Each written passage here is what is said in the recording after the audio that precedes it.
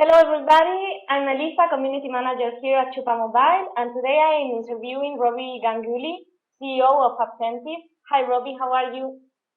I'm great. How are you? I'm fine, thank you.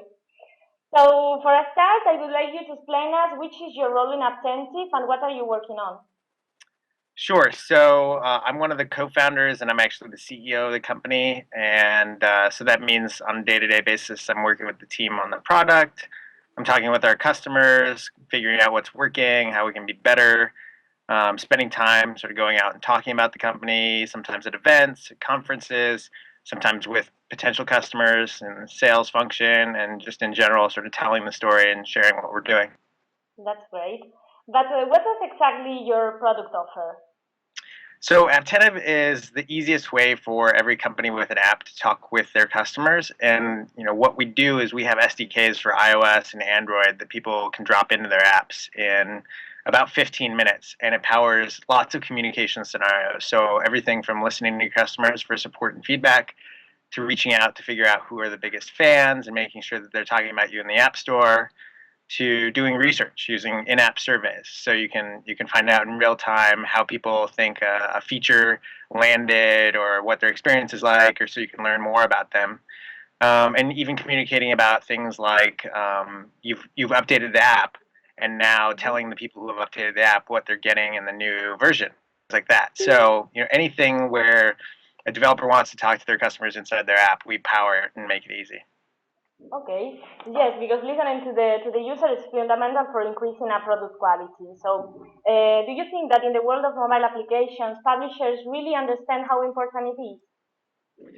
I think that more and more every day. So at this point, we're about 5 years into the App Store model, right? The iTunes App Store launched in 2008. Mhm. Shortly thereafter, we saw the Google Play market launch as well. And so, first few years, people were just focused on how do I get people to build mobile apps? How do I get a mobile app out there? What can I do to get on the App Store charts? But now people are turning these into real businesses on a regular basis. They're trying to keep customers happy. They're trying to figure out how to make not just an app, but make a great app that people want to use every month, every week, every day, maybe even every hour, right? So there's a big difference now than there was 5 years ago. And as a result, I think more of the people we talk to are saying, how can I learn from my customers? How can I make sure they're happy? How can I see what they like? The job of an app developer sometimes can be lonely. You write software maybe with yourself or a small team, and then you ship it out, and you don't really generally hear back from people unless you start to implement tools like ours. So I think more people are looking for ways to get in contact with the people using their apps. Yes, that's true. And how can Attentive Service help developers? So many of the things that I just talked about in terms of communicating make your life easier if you're a developer, just learning from your customer base.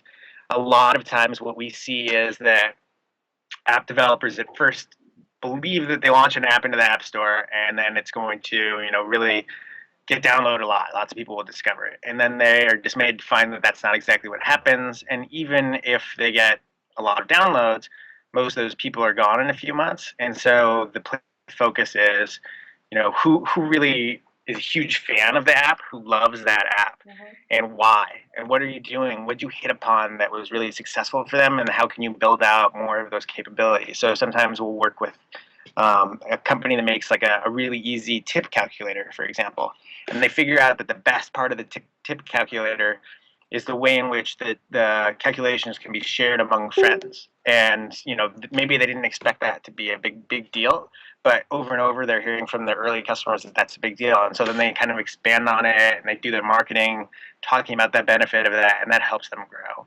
So one of the ways is really to learn early on about what people love and why they love your app and what they're from it, and how you could really deepen that.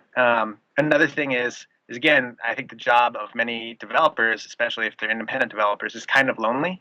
And more likely than not, you're hearing from the people who are upset or frustrated, but you're not hearing from the people on the other side who are like, this is amazing, and they tell their friends about it. And so kind of balancing that out just on a day-to-day basis makes you feel happier and more content about the work you're doing, but it also makes you feel more connected to the community you're developing for.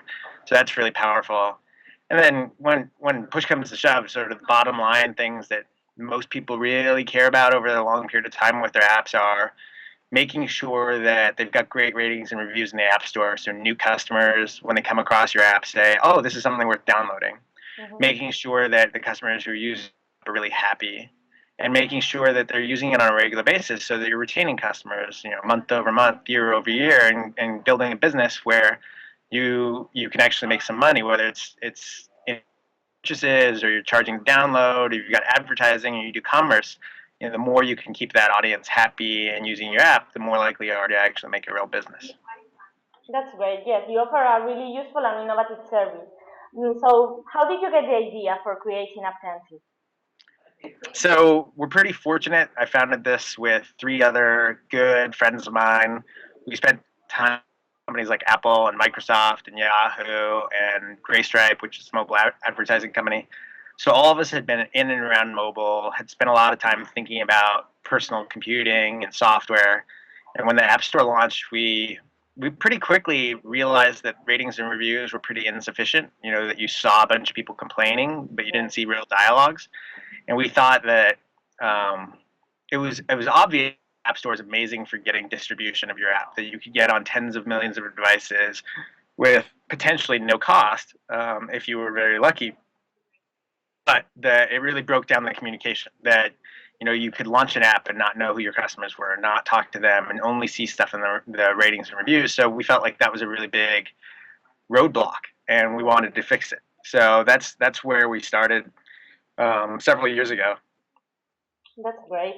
And would you give us an example of one of those successful apps which has used your service? Sure. So here in the States, and maybe you guys use this abroad as well, Urbanspoon is a really big app. Mm-hmm. People use it for restaurant recommendations in the city. You might remember from 2008, it was one of the first App Store successes because Steve Jobs got on stage and he said, "Hey, look at this." And he shook the phone. And then as you watch the screen, a whole bunch of restaurants rotated and spun, and then it landed on one. And there was this like really cool shake to find a restaurant recommendation capability in Urbanspoon. They pioneered that. We've been working with them for a long time. They're good partners of ours. Okay. And what about Chupamobile? What do you think about our work? So what I would love to hear from you is a little bit more of your perspective. I've definitely, like, we've communicated over email, and then I've seen your site and stuff. And on the face of it, my understanding is that you're helping developers go faster, right? Like, you're definitely allowing them to share what's going on, what code there is, what capabilities there are, perhaps even sell it to one another. So that helps people go faster, and going faster is great. But I'm curious, like, what's your take? How would you talk about what you're doing and why it's valuable? Sorry? What's your take on this? What are you guys doing and why is it valuable? Tell me more. Well, we just made in contact people who want to create new apps that they want to save some time and some money, so they can use the code of another developer that is already tested and that works. So we make in contact. We make in contact these two parts, so it's better for all of us because they don't have to start the application since the beginning, and the other part can make more money from their work. So it's just something useful. That's the main point of Yeah. the thing. Yeah, and so thinking about it that way, what's really cool about the mobile community is how many people are sharing source code and putting things on GitHub. Our SDKs are actually all open source on GitHub so that people can see what's going on and branch them. And sometimes they'll modify them and they'll tell us, "Oh, I just did this cool new thing. You might want to include it." Right? Like I think one of our customers actually helped us translate into Italian, for example, because they were in Italy and wanted to use us, and so they helped localize it. So when you and your community share more code and help people learn faster, I think that's great. You build better products when you talk with other people and collaborate. Definitely, that's really true. And would you give us any advice for our developers so they can improve their applications? Well, obviously, I would say you should listen to your customers and talk to them, and we're happy to help at apptentive.com. But more importantly than that, I would say we've been in this for a while. We've seen a lot of app developers come and go, and the most important thing is having a long-term approach. So, if you think about making a mobile app as I'm going to make this thing, I'm going to put it into an app store, and then everybody's going to download it, and I'm going to be wealthy, you're thinking about the business probably a little bit incorrectly. But if you think, I've got this really good idea, I'm going to build it, I'm going to put it in front of people, and then learn and keep iterating until I get to something that's great, and then from there build something even more excellent. If you have that long-term approach, if you're really focused on making people who use your apps happy, I think that that's the best thing you can do. Be focused on making the end customer happy, as opposed to sort of the numbers and downloads in the interim. Yeah, that's really true. Thank you for your advice. Okay, so that's it. Thank you very much for your interview, and keep up the good work with Apptentive. So Yeah, keep up the great work with Chupamobile. thanks a lot. We will. Thanks. So thank you very much, Robbie. Bye bye. See ya.